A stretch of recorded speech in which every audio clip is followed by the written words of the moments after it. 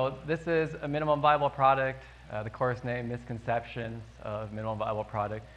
And we're just going to go through some basics of what are we supposed to be doing with this and why. Why do we have MVP? So this will be hopefully a way you can align, kind of reset expectations. If you already know what MVP is, then I want you to think about what does your team think about MVPs. How can you help them understand it? So don't just think about yourself, think about your boss, think about your team, think about any engineers or anyone that could use this for it. A little bit about myself. So I've spent a lot of time at some Minneapolis companies here, a little bit in Michigan, and a little bit in Silicon Valley. EA Games, I usually get a lot of questions about how many games did you get to play? I think 0 games. It was pretty busy. I didn't have time to play games. I played more games after working there and before working there, but a good experience and a good time. I have a business degree from Michigan State, engineering degree from Minnesota, and a number of certifications that I pick up whenever I can. There is one on that bottom one in black, might be a little interesting during isolation when I had COVID and all that. That's the intro to Bar Smarts, so beer, spirits, and wine. So just entertaining myself however I can, continuously learning. All right, so what does MVP mean? Can anyone try to shout out what you've heard people use MVP for? Minimum viable product, sure. Most valuable person. Okay, most often I hear people say it's the first iteration of our release. And so whenever you talk to a product owner, they say, you know what, we're excited to kick off this project. 3 months from now, we're going to do our MVP. And Eric Ries defines it as the smallest, simplest version of a product. So typically when I see an MVP, it's not small and it's not simple. And no one ever remembers that bottom part. And that's what we're going to concentrate on today. Allows us to begin learning. So if you see an MVP and you are the product owner, ask yourself, what are you trying to learn? All right? And if you can, ask your product owner or the person in charge or the CEO or whoever's running your products, what are we going to learn from this MVP? All right, if they have an answer, great. But if they don't or they haven't thought about it, then we might be in a little bit of trouble. Okay, so I brought up Eric Ries. Does anyone know who Eric Ries is? What did he do? Yeah, the Lean Startup here. So I have it up here if you want to take a look at it. It's a 10-year-old book now about that. A great book, fun read. Definitely read it if you haven't and you're interested in product. But Eric was an entrepreneur. Eric had a number of companies that he started. I think maybe 11 or 12 companies, and 3 of them went for $100 million IPO plus. But that meant 8 or 9 of them failed. And some were quick failures. Some got a lot of funding and then slowly faded away. And Eric was trying to figure out why did those fail and some of those didn't. So what he realized and what he saw, the pattern, when CNBC would be interviewing these people before a huge IPO, they would ask them, what tips would you have for an entrepreneur? And the most common answers they got on television, right, was that I worked really hard. I was a hard worker. I always believed. People told me I couldn't do it. It was never going to do well. But I always kept going. So Eric said, okay, so perseverance. Don't listen to anybody. Just keep going. I've tried that before, and it failed. What was the other thing? Well, I work harder than anyone else. I'm the first in the office. I'm the first to leave back when you had to go in the office. Okay, so Eric said, should I just wake up at 4:30 in the morning and head to the office by 5? Would that mean I'm going to have another $100 million IPO?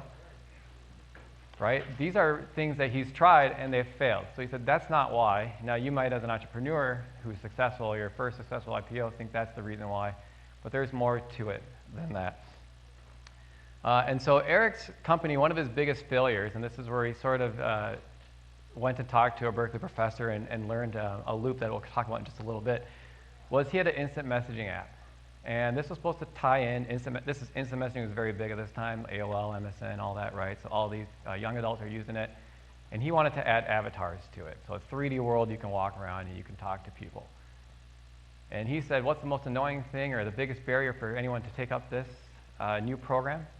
Well, there's already so many instant messaging apps. I talked about that, right? So it's like the heyday of instant messaging. So we're going to integrate into all the instant messaging apps. There's probably 9 or 10 of them. And that was very difficult to do. So they had 10 integrations that they did. It took them 6 months. They spent their #1 priority on integration so that you wouldn't have to log in. Launch day. Their product is downloadable. You can use it. Does anyone want to guess? Was it good feedback or bad feedback? Okay, someone says bad feedback, thumbs down. Anyone else? All right, well, it wasn't good, okay, but it wasn't bad. What's worse than bad feedback? No feedback. Yeah, that's exactly it. No one downloaded the product, no one used it, and they had been working so hard for this launch date. So then they said, all right, well, we have an amazing product. We should call some people in, the people that we were targeting, to come check it out and use it. And once they see how cool it is, they will use it. Probably should have done that before your big launch. That's the first mistake that Eric made there, right? So they bring in they bring in the young adults here, and they say, look at this instant messaging app, and they say, yep, it's very cool. And they say, do you like it? And they say, yeah, we do like it. They're like, great.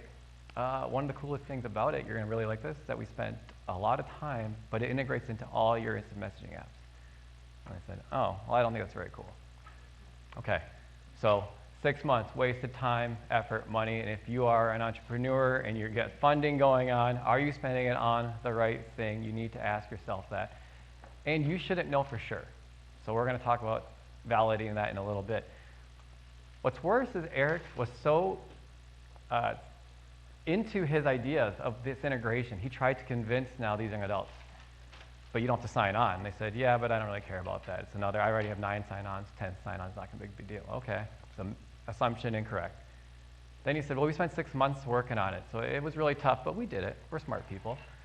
Again, this young adult teenager doesn't really care how long you spent on it. The effort that you spent working on some feature does not equate to the value that a customer cares about something.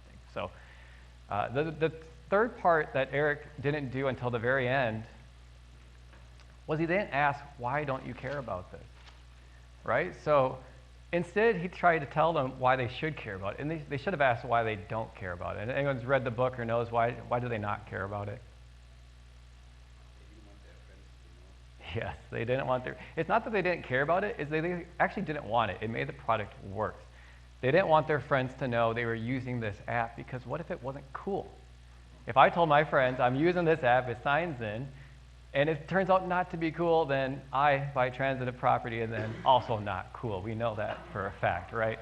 So this was the risk that they took, and I don't think Eric or any of his engineers would have ever thought that the cool factor of integrating into all of your apps was something that would actually be a bad thing. But they figured it out. How? By simply talking to their potential consumers and customers that they have out there. All right, that brings us to this point of Eric he thinks he knows the consumer, but in fact, he actually knows the product. And that's a big difference. And I know we see that all the time. You get to know your consumer. I think when you walked into the Best Buy, it says, we do everything for the customer or something like that, right? They're always trying to put customers first. Every company wants to say, do things for the customer. Think about that. And oftentimes we confuse that with the product. Hey, we put all these new features on here. That's why the customer is buying our product. The customer is not buying your product for your product. I want to just say that one more time. The customer is not buying your product for your product. They're buying it for what it helps them do. Your product is helping them do a job. That job is either painful or fun, and your product makes it more fun or less painful. If it doesn't do those two things, then they don't need your product there. So this morning and every morning for the past 2 years, I wake up and I have a Swiffer mop, a dry one, and I Swiffer my main floor. I do this every day. And I pull it off. It's got all that dog hair on there and all these things. Every day, I don't know why it's so dirty. And I go downstairs where my wife's usually working or something, and I show her, like, look at this. Okay? And she, nods, yep, yeah, that's a lot. She's trying to suppress her excitement. Okay, I know that for sure, okay? It's like 6:30 in the morning, she's suppressing it down. And if I was Swiffer, I'd say, wow, this guy really likes to Swiffer his floor. But in fact, I hate it. I hate Swiffering that floor. And 2 years ago, I never did it. I don't care how dirty the floor is. I'm certainly not eating off the floor. I don't really mind. But something happened within those 2 years, right? And I had a baby girl, and she's crawling all over that floor. She, to my dismay and panic and yelling, still eats things off the floor, even though I'm clearly indicating that is not okay. So I am not a fan of using the Swiffer, but I am a fan of a clean floor, and I'm more of a fan of my daughter not getting sick while she's eating things off the floor. I'm assuming if you guys have kids, you can tell me. I assume it stops at 2.5 years. I got 6 more months to go. But otherwise, understand my job here. My job is to make sure my daughter doesn't get sick by eating things with dog hair on it, and that's why I'm using that. So that's what that product is doing. Now, if I had to go get a bucket out with dirty water and a mop and start to do all that, it's going to be tough for me to do that. It makes my job easier, but my job is to give that clean floor. I don't want that. I don't want to do that job there. All right, so Eric has a learning loop, and he says, you know what, we build these experiments out, we measure them, and then we learn. It's pretty simple, scientific method, lean, agile, they all have feedback loops. They're all very similar, so don't think you have to learn another feedback loop. But what Eric says, and if you read his book in the second half, is that you start, if this is very normal to you, and you say, yeah, of course, you know, we build things, we have utilization metrics. First, I'd say, is your utilization metric checking out and telling you about your product, or is it telling you about your consumer? Most often than not, the utilization metrics that I see are very basic. They tell you how often the customer is using these features, and that might be great, but you don't know what they're doing it for. Did they successfully conclude what their job was, and did it make them happier, or did it make that job less painful? That's what your metrics should be measuring. The second part here is learning. If you're really good at what you do, if you're a mature product owner, you're a CEO, you're running that company, you start with learn. Instead of building something and then, hey, did we learn something? Yeah, the consumer liked it, they didn't like it. Start with the learn part and say, what do we want to find out about our consumer today, right? If I add a lavender scented Swiffer smell to it, is that something that this customer is going to really want? No, right? Because I don't care about the smell. I only care about getting all that dog hair and trying to have a cleaner surface. So clean that a child could eat off of it. All right, so here we get to what are we trying to learn? There are 4 things you try to learn with products here. And most books will talk about 3. I added a 4th one just because I want to stress the importance of it. Desirability. Does the customer want it? So this fairly common. I think we all ask that question. Does the customer want it? Do you want a faster phone? Yes. Do you want longer battery life? Yes.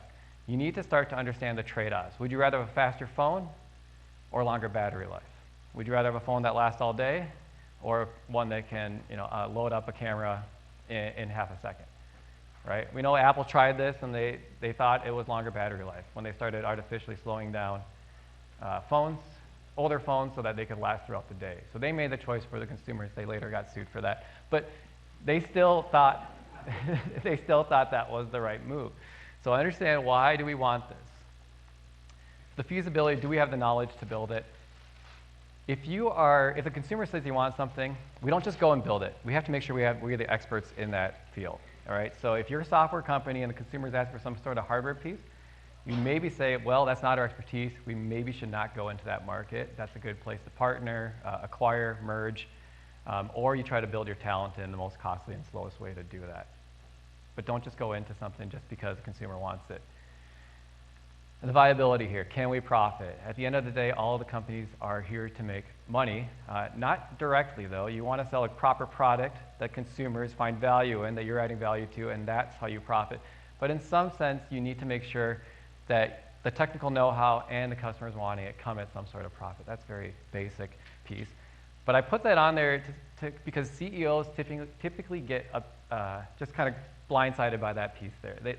They start to just focus on, can we profit? And you see companies start to do weird things when they say, yep, we can build it. Hey, we have the expertise. Can we profit? Yeah, all right, let's do it. And if you look up top product failures, you'll see companies that have gone beyond what they're supposed to be doing because they didn't look at the alignability of it. And I know alignability is not a word, but I couldn't figure out another way to make it rhyme with the abilities of the other ones. So just try to let that go. But should we build it? So my wife's a brand strategist, so whenever a new product comes out, we always love to talk about, hey, does this go with their brand? What are they doing? What are they trying to get at? CVS recently dismissed one of their top product sellers. Does anyone know what that product was? Cigarettes, yes. And why did they try to get rid of cigarettes? They're one of their top selling products. It doesn't align, yeah. So CVS went from a convenience store of things that were convenient, right? And you could go and they pop in. They wanted to be known as health. They wanted to be known to make you a healthier place. It's a healthy place. You can go there, they're going to help you with your health. There, I got it. So pharmacy, but going beyond the pharmacy, right? The minute clinics and all that. And they're really trying to transform. Now, how can they do that if they're selling cigarettes? So in fact, they looked at an existing product. And if you have any products that are out there 10 years plus, try to look at whether or not this still aligns with your strategy. If you are a leader here, make sure your engineers know what the strategy is. I know I have to ask that to engineers, and they say, yeah, you know, we sell products, right? Well, we've been doing this 10 years. Well, why? How does that help your image? How does that help what you're doing there? So make sure you're aligned with that. All right, typically, MVPs, we're gonna take 3 months. We have 20 features. 3 months happens. We don't have 20 features ready. We got 8, maybe, if you're lucky, right? So the typical response from everyone with the panic, except for the engineers, the only smart ones there, is, hey, we need to delay. We need more time. And I'm going to go through a reinforcing feedback loop. What happens when you refuse to reduce the features? Well, we have to delay the release. Okay, let's delay it. 3 months wasn't enough. We said these 20 features, they're mandatory. We need to get to 20. We're only at 8. We'll delay it another 3 months. Well, I'm sure you can feel it, but expectation starts to build for this MVP. That drives pressure. That drives the complexity, and that drives more money. Now, if it fails, you can't go back and say, oh, well, we learned a lesson. I guess the consumer's not really into that, right? The consumer's not into sign-on, or seamless sign-on for those instant messaging apps. You have to say, well, we spent 6 months, 9 months on it. They better like it, or it's going to be all of us that are gone. So if you try to take these learning measures in here, remember you have to apply it with also that time frame. And if you don't time box your events, this is a scope box here. So you scoped it, and you said no matter how long it takes, we're going to finish this scope. And that sort of mentality of we can't wait to release is not seen there. So I want you all to keep that in mind, and there are countless examples. I've tried to resist Apple examples. I know they're overused a lot, but we had iPhone in 2007, it came out, and it was missing a number of key features that any other PO product owner would say you have to have in before we launch, and they launched it. If we just, for fun here, can we name like 3 or 4 key features missing from the iPhone 2007? Copy paste, yeah, very simple procedure. Every phone could do it, not Apple. I heard App Store. Yep, you had only 9 or 10 apps that you had there. What was it? Flash, couldn't run Flash, thank you. I didn't hear that one. No video recording. Yeah, and a couple others, you couldn't use multiple apps at one time. You had to choose whether you listen to Pandora or you want to really text that friend back that you can be 5 minutes late. Don't worry about it, they can wait. But you really had a few things there that when most of us would say you can't, but they did it because they were going after the early adopters, the Apple lovers that wanted to buy it pretty much no matter what. So my advice for you for doing your MVP, cut it in half again, and if you can, and you haven't gotten fired yet, cut it in half again, right? Okay, so we'll get into now validating some techniques that you can do to validate. A/B testing, we hear this all the time. And the only thing I'd take away is you're trying to prioritize and figure out what your consumer wants. So just like that performance or battery life, you're trying to figure that out here. So if I was Ford Motors product owner, I'm trying to sell the Ford Explorer, I could put ads on Facebook, one that says, hey, Ford Explorer, best towing capacity in its class, okay? Or I could put another banner up that says, best city MPG, and show 2 kids hopping in instead of a Ford Explorer towing a big boat of some sort. And see what gets clicked on more. What is driving the interest and who's doing what? I think we know the end of this story here. SUVs are not used for the utility side of it. There are a small percentage of people that do that, but they're usually just used for going around and doing errands around the town. So if I understand that, then I can understand what things are important. Is towing capacity really that important, or is a smoother ride and comfort and navigation going to be more important there? Wizard of Oz is where you fake it on the back end. So spoiler alert, the wizard is just some guy behind there messing around. Hopefully no one's sad with that one. But you have a front, and then on the back end you do all those tasks manually. So Zappos, a shoe company that Amazon bought out for like $8 billion, he went to a store and he said, hey, you guys sell shoes, can I just list your inventory online and I'll sell your shoes for full price? He's testing something. He wants to validate whether or not people will buy shoes online. I think most of us are okay buying shoes online now, but back then, that was probably one of the things they thought was Amazon resistant. That, hey, you could buy a shoe store and you're not going to be taken over by Amazon because people have to come in to try shoes.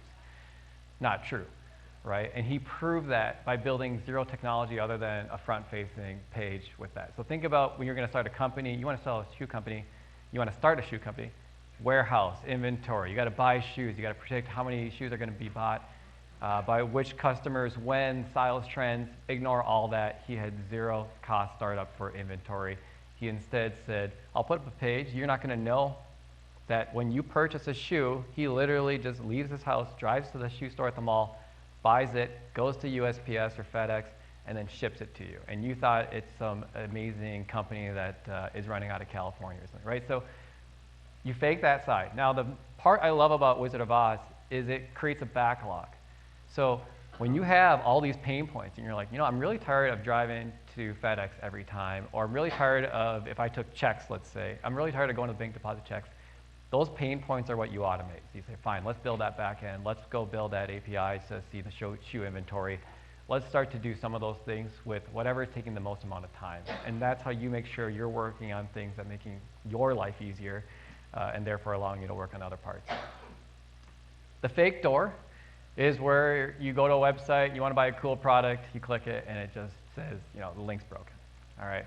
So you're trying to see how many people click this fake link. If I was running that Ford Explorer, I could say, I'm going to add Falcon wings, and you click that, and then it says, oh, sorry, we just crashed. Now, I don't know how old that validation technique is. I don't recommend it. I think it looks a little embarrassing when you can't run a website, you're trying to have Falcon doors on something. But you can move to new signups, and you say, hey, Falcon doors aren't available on the Ford Explorer, unfortunately, but give us your name and we'll email you. So similar to what Tesla did with that Cybertruck, which is an interesting looking truck, a nice way to put that. Is anyone going to buy that truck? Well, that night they had 25,000 orders at a $1,000 deposit each for $250 million total. They know people are interested in this truck, and I'm thinking they're probably a little bit scared prior to that because it still is, it's such a weird looking truck. But people are interested. So yes, you're doing that before you can get those products out there, right? There's minor tweaks, you can still get that out there. But this is validating your assumptions. So those are 4 very common techniques that are used. All right, so I see some people with namespaces of bigger companies, even if you don't have, if you're not at a big company, if you are at a big company, you're not a startup, or if you have products, you say, hey, we're past the MVP phase. We don't do it. We're running for 5 years now. We got funding. We're good to go. Drop this down to the feature or the epic level that you're running at, okay? So I want you guys to think about, 1, knowing the customer, journey mapping, figure out the emotional status they're in. I just explained that when I was Swifting, right? The excitement I get, not from Swifting, but the amount of hair collected that I know my child isn't going to ingest. Personas. Try to categorize and make generic almost the key people you're marketing after, so look at that piece. And then value proposition design ties that, if you guys are familiar with Strategizer, ties your product features to all the customer pain points that you have. Experiment with features. Always think of your features as experiments. Try to change that mentality. Say, the customer wants this, the customer needs this. We think the customer needs this. We think the customer wants this. It's an assumption. Because when you say it's an assumption, 1, you let yourself and the whole team know that it's okay if they don't use it, but 2, you're actually going to validate and check whether or not they're using it. So how do you make sure they're using it? How do you make sure they're getting their job done, right? And that helps you with your features here. If I put an ergonomic handle on that mop, and that's the new feature, and we really think it's going to help, I don't know. I don't really care about that. But they might have thought that's the newest thing, right? Ergonomics. So just keep in mind what you're thinking of and who your personas are, who your consumers are. It's going to matter. All right, and be lean, be agile. If you aren't releasing early and often or smaller releases, the stuff we all know about now, if you're not doing that, then these first 2 things aren't going to be possible. You're going to delay your release. You're going to build the pressure. And then when things go wrong and the team is let go or whatever, you're going to say, but Milan said we had to learn. I didn't say it take forever to do it though, right? So keep that in mind as you go through it. All right, so let's do a little quiz here. So which statement best defines the MVP? You can shout it out if you think you know. D. Yeah, the smallest, simplest. All right, so I had it in the beginning, so hopefully you figured it out. Each of these answers, though, are put up there because that's the most common ones I hear. A prototype, internal sign-off, okay? How many times have I seen a company say this is going to go well and everyone agrees and nods their heads, right? And then you get it out there and the response is, what were they thinking, okay? We've seen it with all sorts of ads, products. What were those people thinking? And then you even take it a step further. These companies do focus groups. So they do a focus group. And I've talked to these product owners that have launched products that have failed. I said, well, didn't you do a focus group? You're a big company. You must know that that's obviously one of the first things you do. I said, yeah, we did it.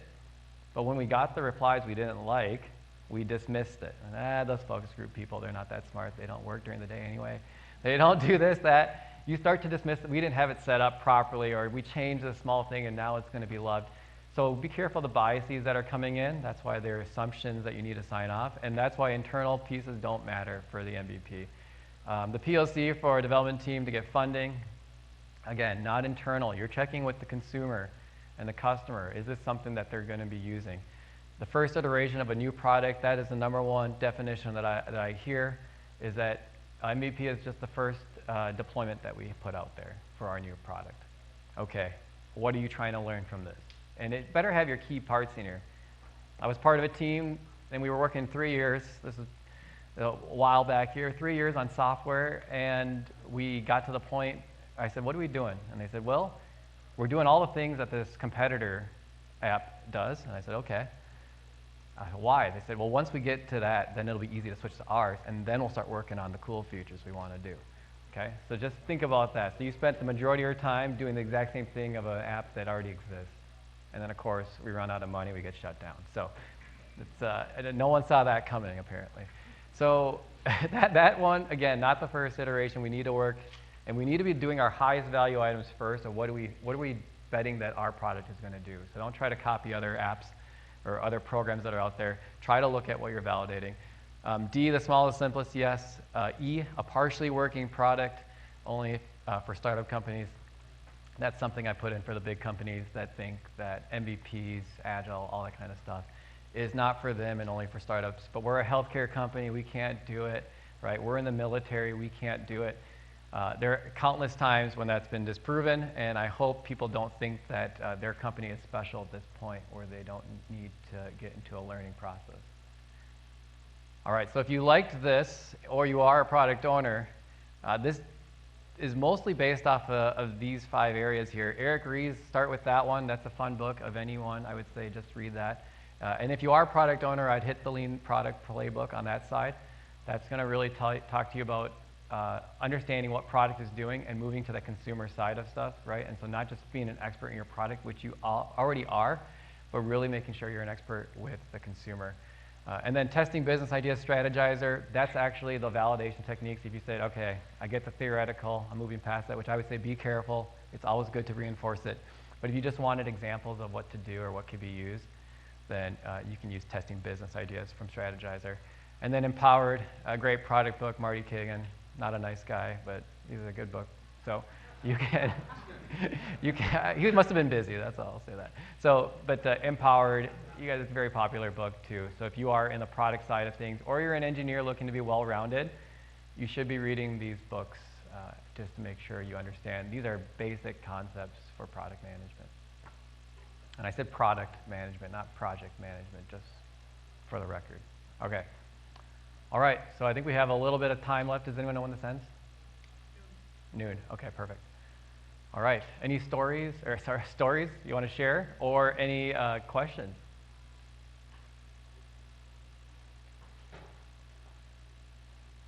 Yeah? Quick question. I've heard the term minimum shippable product versus minimum viable product. Mm-hmm. Is there a difference, or is that just a terminology? That's a good one. I don't know. Yeah.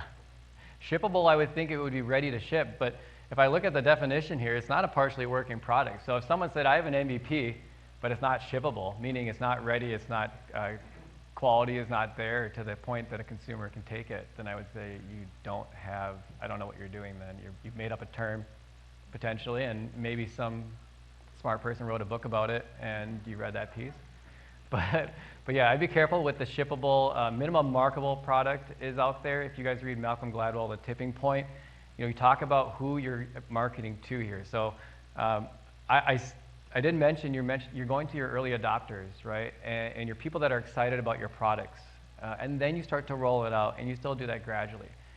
But if I said, well, we can't do, the first iteration is to all of our customers there.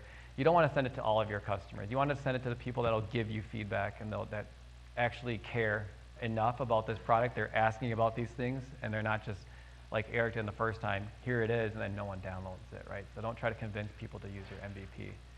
But it should be shippable. So yeah, that's a good question. Anything else? In the way back there, yeah, checker, yep.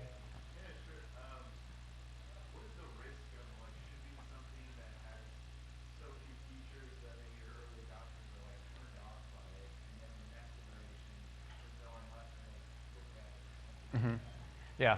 So the question was, what's the risk of shipping too early? Potentially, it doesn't have the things and it frustrates your customers. I think we're moving into a world now where people are demanding things more often and they're more lenient to some of it. But to your case, some of it could be turned off of, I tried that brand and it's no good, right? I'm not going to use that.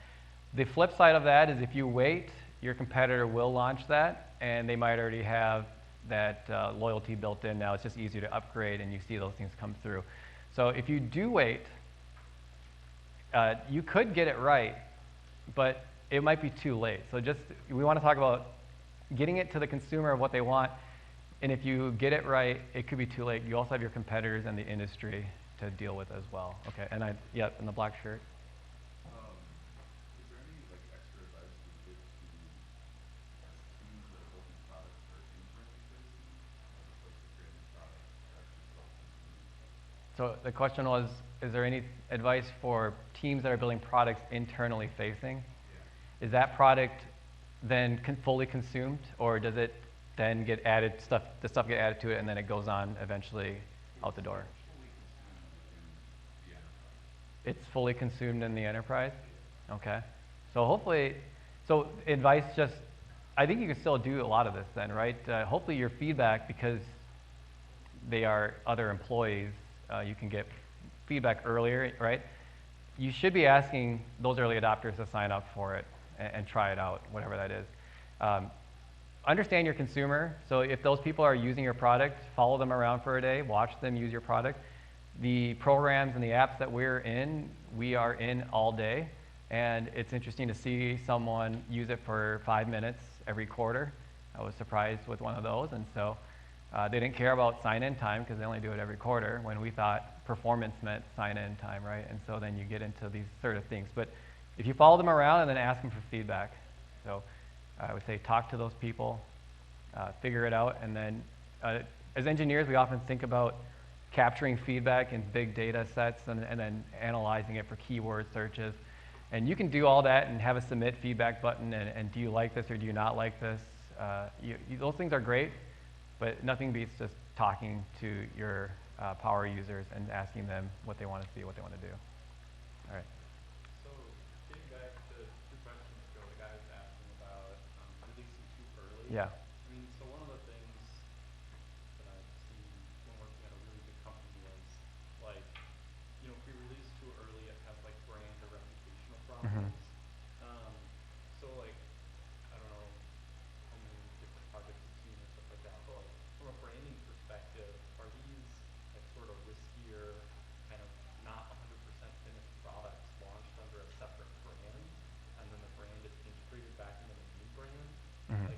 How do you handle that? It's at this company, let's say there were 35 products, and one of them was bad. And it was the new product on the block, and it was just bad. It had a weird name, and it didn't really work like the other products. Okay. But it was needed. They knew customers needed it. They were making revenue, et cetera. Right. It just seems like at that point the product is sort of compromised the new brand. How do you sort of handle that? Okay. So the question is, you release too early, it's an inferior product, or it doesn't live up to the expectations, and you are a big company that has built its name on that brand. What do you then, what should you do? And should you build a second company to potentially launch under and then integrate that in? I would say so from my experience, most big companies don't launch big products and don't launch MVPs out there, right? They typically buy their innovation out by other companies, smaller companies that have done it and are going that way. You are still targeting not everybody though, so you don't do a worldwide launch of your MVP. You are targeting certain partnerships. So this is United Healthcare, Fortune 5 company. We will target certain hospitals or providers that we want to say, hey, this is something we're testing out. Do you want to be a part of that? And do you understand that we are going to be continuously improving it, but also we make our backlog visible to them. So it's not just here's a product and we're going to get your feedback maybe in a quarter. It's we are watching you do this. They know that we're working with them. They know that this is not the main product that we are pushing out to everybody. So I think being upfront with them will be the first part, and typically people want to do that, the super users. So some people say, no, I don't care, I don't want to give feedback, but I think if you look at like Yelp and all these other things where people donate their time and money for free and they get zero profit out of there, people are willing to give feedback. And so find those people out and they'll volunteer their time and find your key partnerships, because hopefully you're developing assumptions that they're helping you with, right? So you aren't, as a big company, coming up with this product that you think they're going to like. They hopefully have been asking for it for years.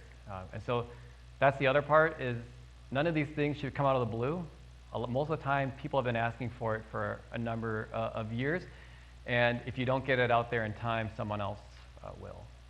So, all right, in the back. Just a word of caution about putting too much reliance upon feedback from people at trade shows. They kept on saying for us in one startup about 6 or 7 years ago, if only you had this feature, then I would buy it. Okay. We kept on adding more features and more features, as opposed to relying on some core issues that we had. In that case, the product is based on life, so you can imagine.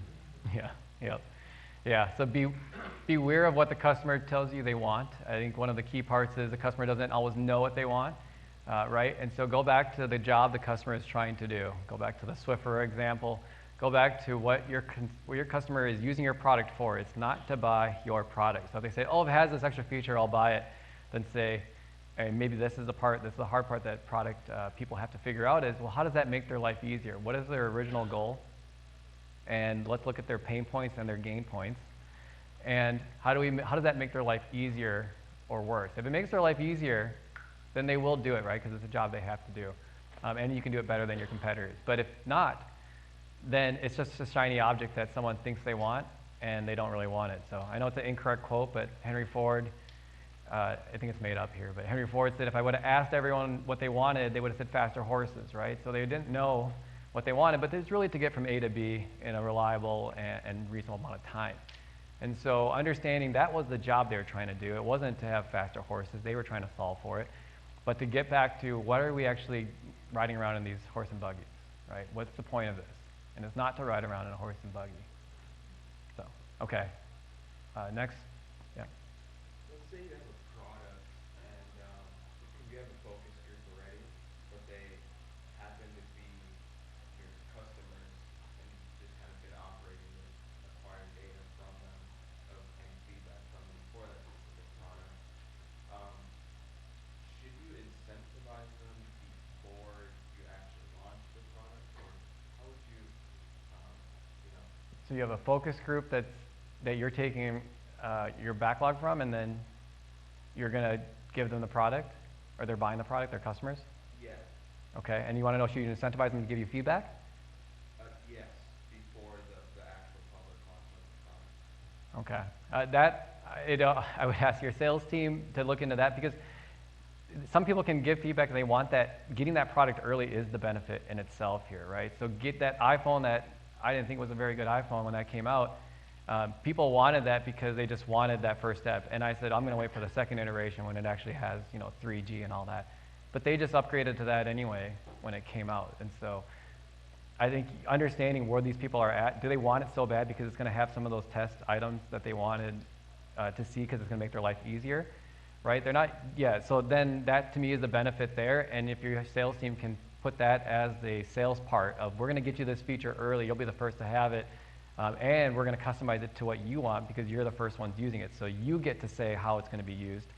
rather than others, right? So I know even like large companies, we can't agree to the words that are used in some of the applications that we have. And so if I got to choose, my department got to choose the words, I'd be happy, right? Because of course our department's right. So that would make sense. And I would do that. I would say, yeah, we can assist and help out for that for sure. Thank you. Yeah. All right. There.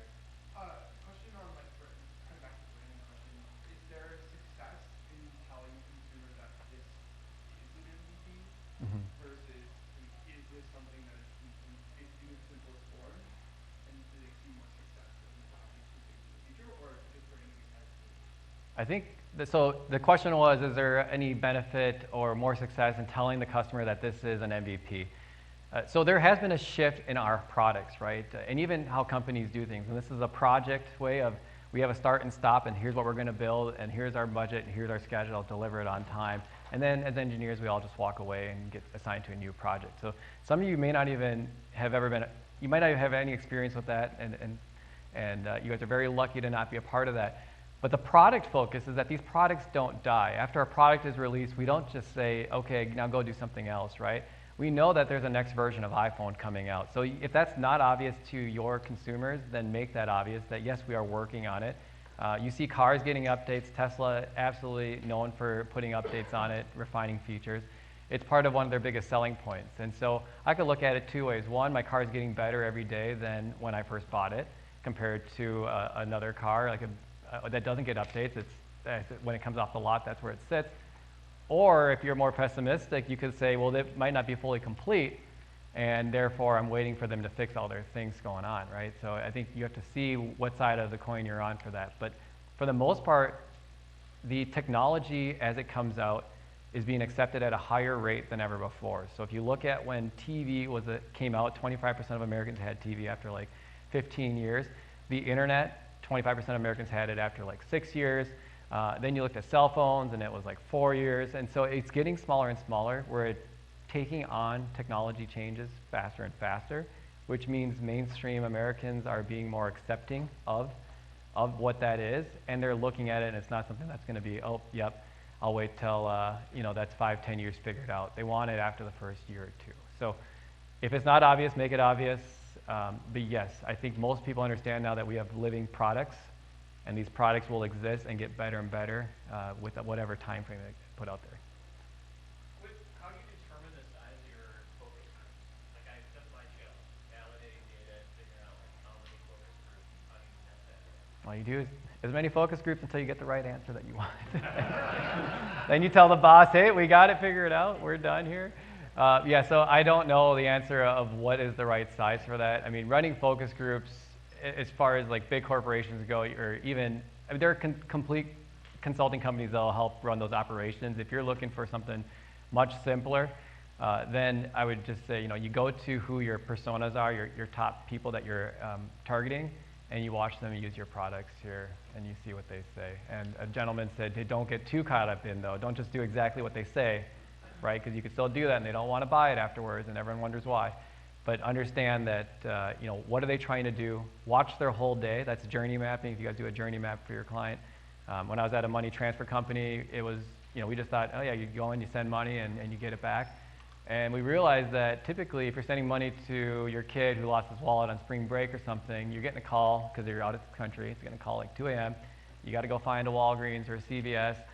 You're worried. You're not happy to be sending. You're happy that the person will get that money, but as an experience of the emotional state that you're in is not fantastic. And so there's not this joy of sending money out when it comes in.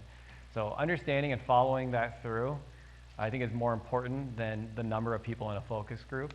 But if you hit your key personas, and your personas, just a quick piece on that, I know we're at time here. Your personas should be more than just easy demographics, right? So you're like, well, we know their race and their gender and their age, and how much the money they make and their education and where they live. You should go well beyond that to what are their challenges in life, what are their interests in life, how are they with money? They might have a lot of money, but where do they spend it? What do they do? What do they value? Those are the things that you should understand with your persona. So try to dig into that a little bit. But yeah, focus groups, I don't know a magic number. Yeah. Okay, so it's time. So I'll let everyone go if you want. If you want to come talk to me still, you can come ask me questions. But all right, thank you.